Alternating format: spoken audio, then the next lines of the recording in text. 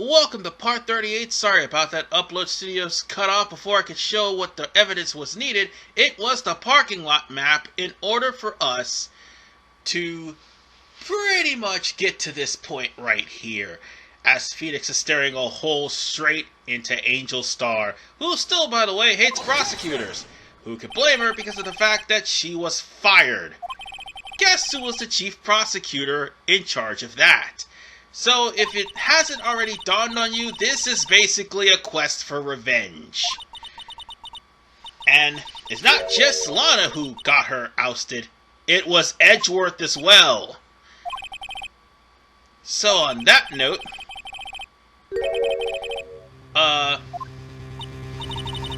there's a contradiction in her statement, and, it turns out Lana wasn't paying attention, or should I say, Angel wasn't paying attention to her surroundings. Cause she was practically in the other side of the parking lot. And the emergency phone was in the backside Parisian. So that means she would have to jump the fence, walk around the Parisian just to see Lana using the phone, and by then it would be too late. So that's the contradiction. So, time to make the best investigators thus far finally tell the truth. And now, we need to tell the witness. Now you need to say where she saw it. That's got to be the answer, because anything else would land you a 2-bar penalty. Thankfully, again, the HD version is a bar as opposed to exclamation marks, because trust me, 5 exclamation marks is pretty brutal, and you would have lost 2 of them in this case alone. So on that note, ladies and gentlemen, she pretty much went from a different location to witness the crime. How many times do you have to say that map actually is important? I've only said it like twice this part, but still. We're going to have to go on ahead and point to the security room. Anywhere else? 2-star credibility. 2-bar credibility, but Jesus Christ. Phoenix Wright has gotten a lot more brutal around this part. And this, by the way, is just the first half of day 2. Second half gets worse from there, I can assure you that. But we're not done just yet.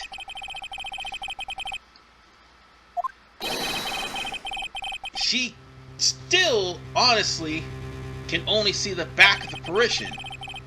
Meaning, she had to bring a lunch to the security room to see Lana making a phone call. And it just dawned on her that her big mouth ended up getting her in trouble.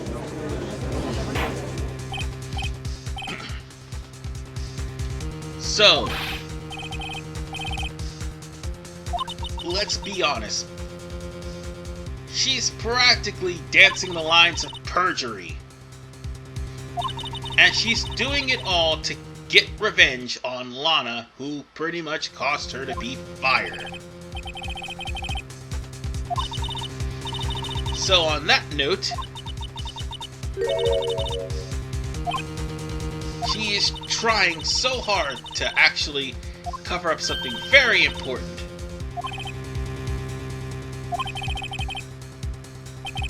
So the only thing the photograph tells is Lana tried to store the victim in the back of Edgeworth's car. That's the one thing that stands.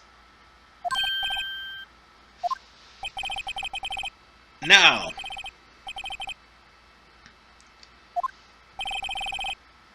it wouldn't be fair to say that there's something also missing from this picture.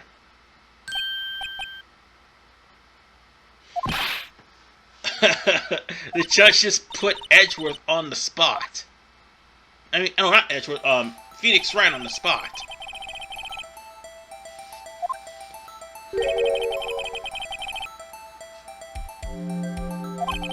But here's another thing. How did she get from the security room downstairs? So you're gonna have to check on the distance of the crime because it's a really, really long distance. Objection! Now then.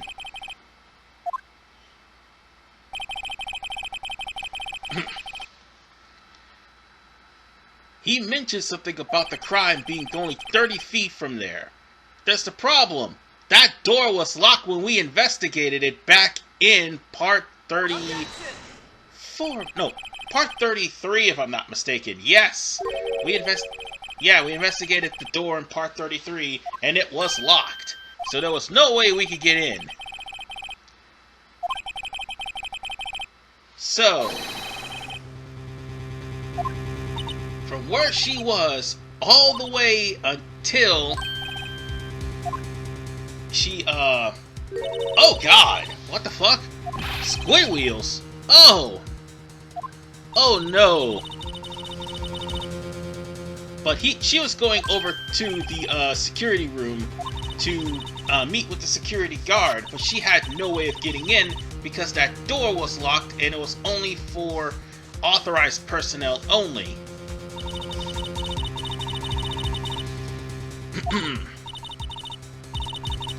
So if you saw the map, you would see that she had to go all the way around just so she could actually get to parking lot B. Which, by the way, begs the question, how did she do all this in high heels? I'm just asking.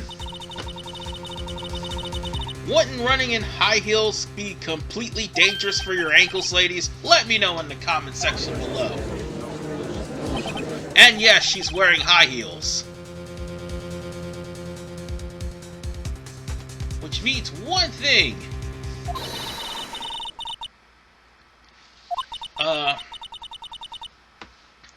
She managed to take the picture, and she managed to, prove that Lana Skye actually did it. The thing is, what we cannot prove is how did she get to her so quickly?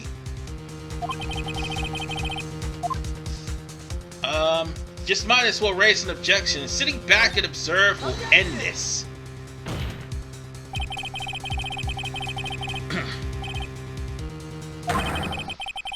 And I think Phoenix Wright just basically dropped some truth here about making al dente, although I never made al dente before. But here's the thing. Lana wasn't trying to run away. And the judge actually was thinking like a criminal, but he's not one. Lana didn't even do anything. She was literally standing there waiting to be captured and waiting to be arrested. So that means she didn't really do too much running. Now it's really all adding up. But it's safe to say the witness does have a grudge against Lana, and that also means what she said was true. However,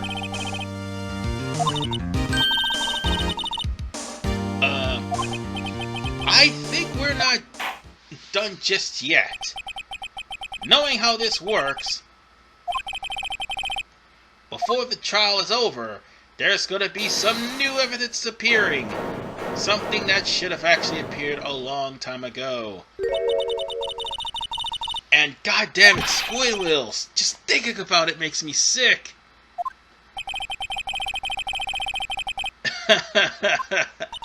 She's talking about not taking the defense team's leftovers. Wow, that's messed up.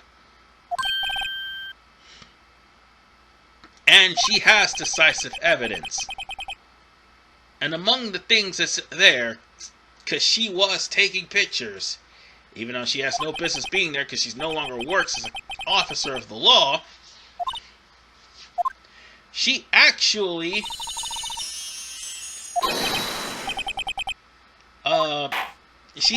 bribed the judge. Did she just bribe the judge with more food? First she bribed him with caviar, now she bribed him with more food? What the hell? This judge, I swear to God. Sometimes he's competent, sometimes he can actually handle the courtroom, other times he folds over to witnesses and prosecutors and defense attorneys alike, save for Phoenix Wright.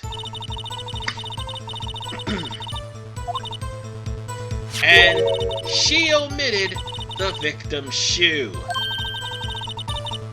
The one thing that could have actually shook this case up.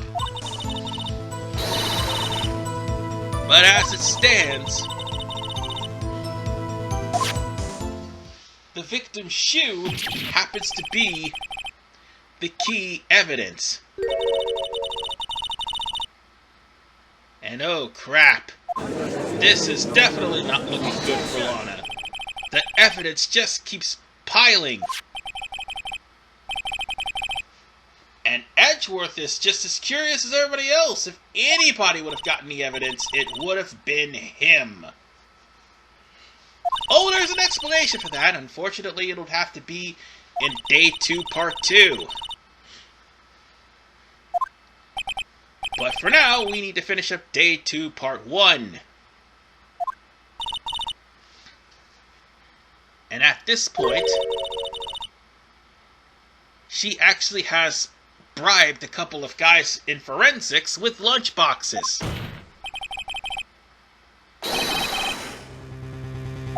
Unfortunately, there is a rule.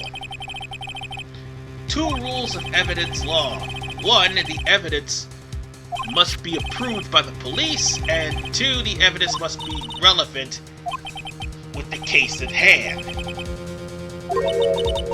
Get used to hearing those rules. They will come in handy throughout this case. And the shoe was already tested by the forensics. And approved. And yes, that's right, it was approved by the police. In other words, Edgeworth also was late on the uptake.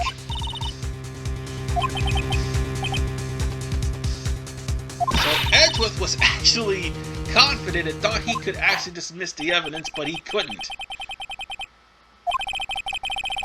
So now, she is practically taking so many counts, and she's probably going to be going to jail, or at least be held in contempt, one of the two. And by the way, perjury is a very serious crime. It's like 5 years imprisonment. On that note, you had to press the 5th statement, if I'm not mistaken. That's the last one you're gonna have to press. Because guess what? The Xbox One and the Switch version does not have 6 testimony statements. It only has 5. The last one was the statement you had to press. I kid you not.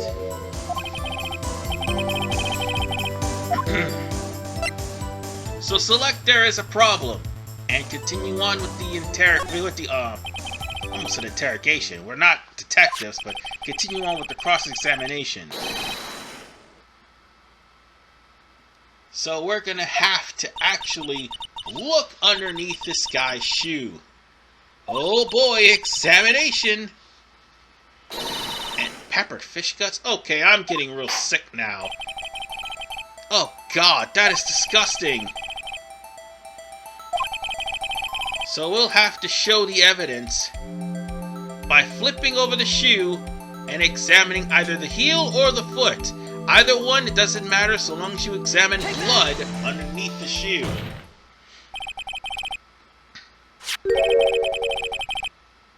So seeing as how there's blood on the bottom of the shoe... Oh wow, did she just threaten violence? What the hell? Just, wow.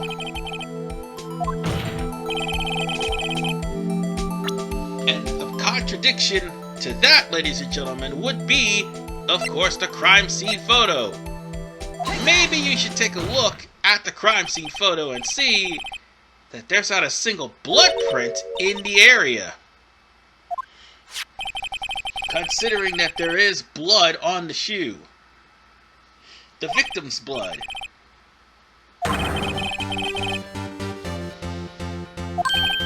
However, there was something that can be brought up.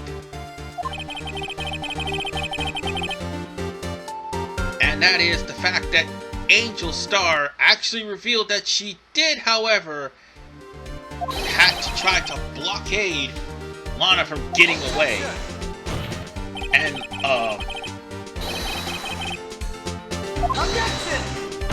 that's the big issue. The fact that she had to use a drum to blockade it.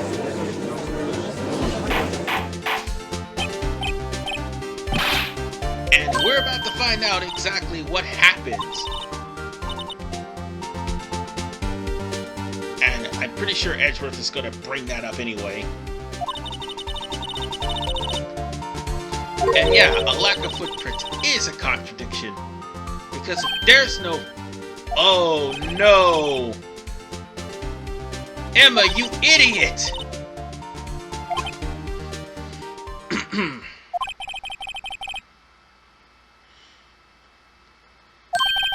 Just the fact that, there's no prints doesn't mean that there wasn't any earlier. Meaning one thing. The prints are gone for a reason. It had to be something that was in the contents of the oil drum that she knocked over trying to chase after Lana Skye. So, the question is, what was in that oil drum?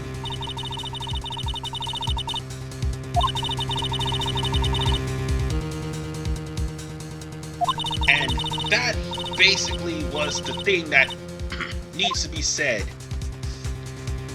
Whatever was in that oil drum washed away all the blood from the footprints. In other words,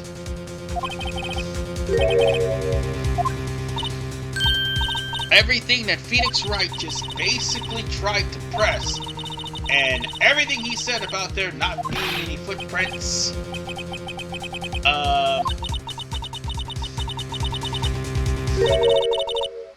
it was pretty much gone. And on that note, fresh blood can be washed away easily with water.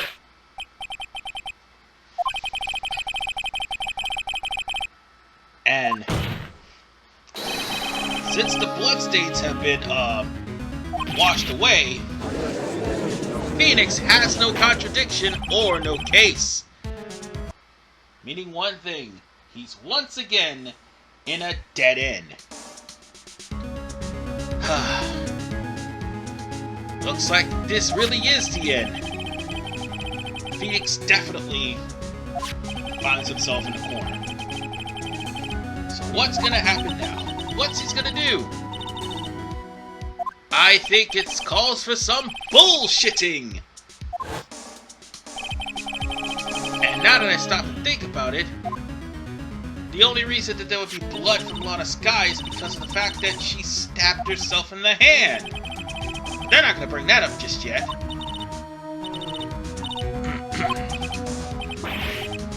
On the other hand, every single time Phoenix tries to prove Lana's innocence, more and more evidence gets stacked against her. On that note, The judge is about to claim the guilty verdict.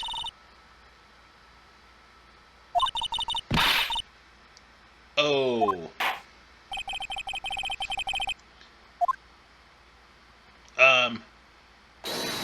Oh wait, hold on. It turns out Angel is pissed off. The moment she mentioned something about Angel being on the prosecutor's side. I think you probably haven't heard her. She hates prosecutors. Oh man. She has more evidence. Well, Edward's about to put her in contempt of court. However, she couldn't actually bring up this evidence until it was relevant. And now it's relevant.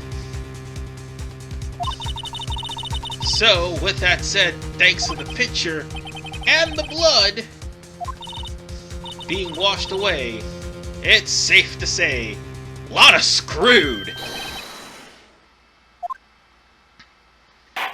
Or is she?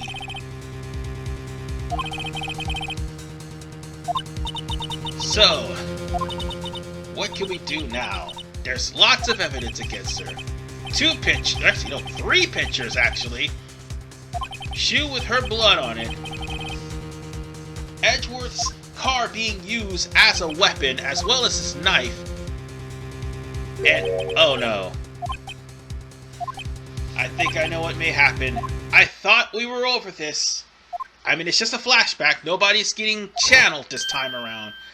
But Mia actually helped out this time around. It's not too bad, it's not too egregious, but she did try to give Phoenix guidance from beyond the grave.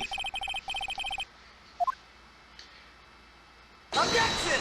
So on that note,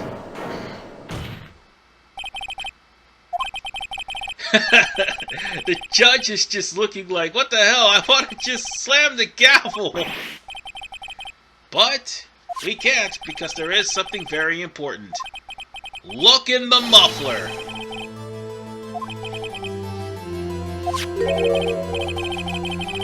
So, we're gonna have to,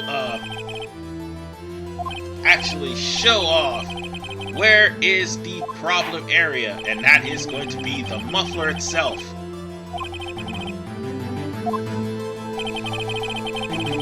And that will be right here. Take that! It turns out there's an item in the muffler that Angel Starr may not have seen, but she did take a picture of Bruce Goodman in his car, in the back of Edgeworth's car, basically. The judge, however, doesn't understand that the muffler doesn't just mean a scarf, it also means a car exhaust pipe.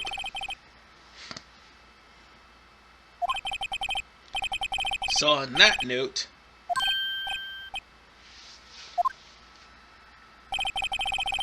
that cloth that's in there is actually relevant to what's going on. Or sort of. No, wait, actually it does have something relevant. And this is the part where you need to also pay attention. Remember, earlier on, I probably may have talked through it, but in part 37, Angel talked about something about a phone, mentioning a muffler. So, on that note, you point out the muffler conversation on the phone. And that right there will pretty much debunk whatever Angel Starr has.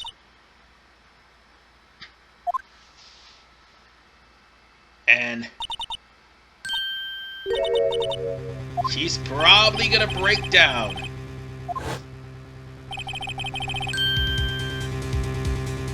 And I think Lana was trying to tell Emma that a piece of evidence was in the muffler so that she could get it. Whatever the case, it seems that Angel won't be getting her revenge this time around. Because that cloth that just so happens to be in the muffler is going to be the main point of contention. More importantly, thanks to the fact of Angel Starr's testimony, or an ill-will, bias-filled testimony, we happen to find this. But mark my words, this case is far from over. We still have the second day. We still have to investigate. We still have the third day. And we still have the final day. God, this case is really long, and sometimes it could be a pain in the ass. But the next episode, things are going to start picking up. Because in part 39, we'll be introduced to the reason why this case is good and bad at the same time. Damon Gant. See you guys next time.